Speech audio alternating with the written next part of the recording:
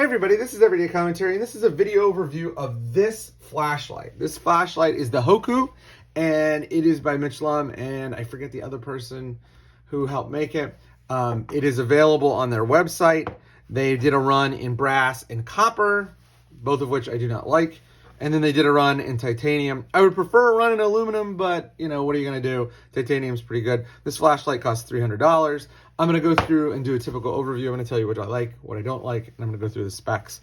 So this battery, or this light runs on a 14500, which is the AAA format battery. One thing that's a little strange about this is it can't be a button top, it has to be a flat top. And it has a built-in exposed heatsink in the form of this little collar of copper. The light runs quite small. I'm going to show you some size comparisons and you'll see what I'm talking about. This light is actually pretty darn tiny. When you compare it to, this is the AA battery. This is an American dollar. As you can see, it's significantly smaller than the American dollar. And here it is next to one of my favorite knives, a pretty common knife, the Benchmade 5551HG, which is the mini grip. It's a very small light. It has really good run times. I don't know exactly what the run times are, but I can tell you that I took it on one of the night hikes that we go on, and it lasted approximately 2 hours on medium. It has a really good high. I want to say it's somewhere in the range of 400 lumens. I'm not sure. The low is good. It's a 1 lumen low.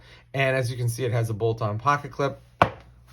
The light tail stands like crazy. It's fantastic.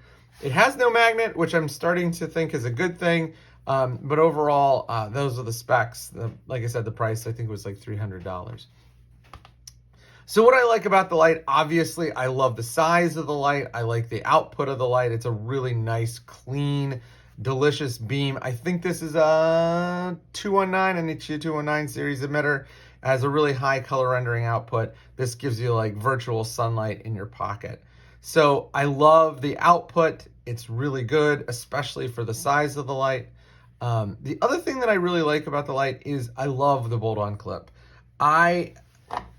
This is one of the lights I've carried a lot, and I like this clip, but there's just nothing like the security of a bolt-on clip. One thing that I will note is that when I got this light, the bolt-on clip was like noticeably crooked. I was worried that the holes had been tapped incorrectly. I took the clip off, took the bolts off, put it back on, and it's fine. It was just tightened inappropriately and kind of got wonky, but not a big deal.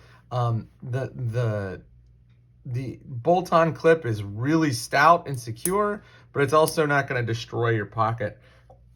It's not something that'll grab or tear. There's nothing underneath it except for polished metal. I'm not sure if I would have issued a copper and brass one first and then the titanium one second. I think I probably would have started out with aluminum. Aluminum is the metal that I think is probably the best for flashlight bodies, even though it's not exotic like some of the other metals out there. It doesn't have the ability to gather patina, and it's not, titanium. I actually find it to be a better material in terms of conducting electricity and has a good strength to weight ratio. Not as good as titanium, but I don't think you ever need that in a flashlight. So this one is titanium and copper. I also really like the fact that the heat sink is exposed here. By having the hot copper here, it definitely does radiate heat. You can feel it when you're carrying the light, and it just reminds you that the light is on, but it's never too hot to touch. And I find that to be a really great sort of way to do the heat sink, because not only is it effective, but it's really beautiful. I love the design of this flashlight. It sort of has a Art Deco feel with this tapered body here, and then the bulkier head and the bulkier tail. It kind of just gives it that look like it's something that's a little bit different. This is not a flashlight you'll find in a clamshell. This is a flashlight that's custom made for people that love flashlights, and this is really great. One thing I would have changed about the design is I would have put some really nice small light escapes here so that when you set it down, you can tell.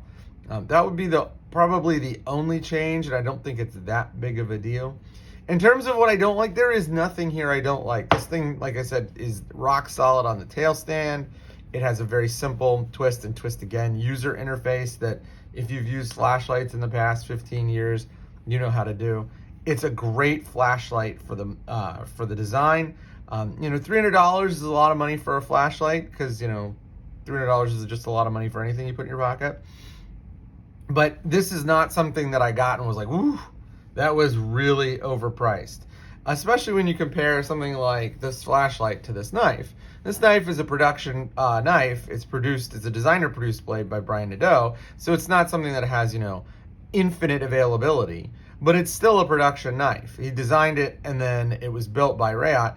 And, you know, this is well over $300. I think it was $375. So you're getting a real value here because the person that designed it is also the person that built it. And if you need to have it serviced, you can send it back to them. When I contacted him about the clip, he was great. The exact right response. I told him, you know, let me see if it's actually the holes or if it was the clip itself. When I found out it was just the clip itself was crooked, I sent it back to him. He was like very grateful. It was super, super great to get a response from somebody that was, you know, instantaneous, appropriate, and willing to step up and take care of a problem if there was one. Fortunately, there wasn't, so I didn't have to send this light back. I've carried this light basically every day since I've got it, and it is great to use. It does show its wear, you know, and looking at it to do this review, it's surprising how much wear shows in the copper, but I guess that's just the way copper is. Not my favorite thing. Like, I'm not one of those guys that loves patina, but it's fine. If that's the way it's going to be, that's the way it's going to be. And I'm going to keep using it because it's a great light and I'm not going to worry about what it looks like. So this is an overview of the Hoku. Look for a written review coming soon.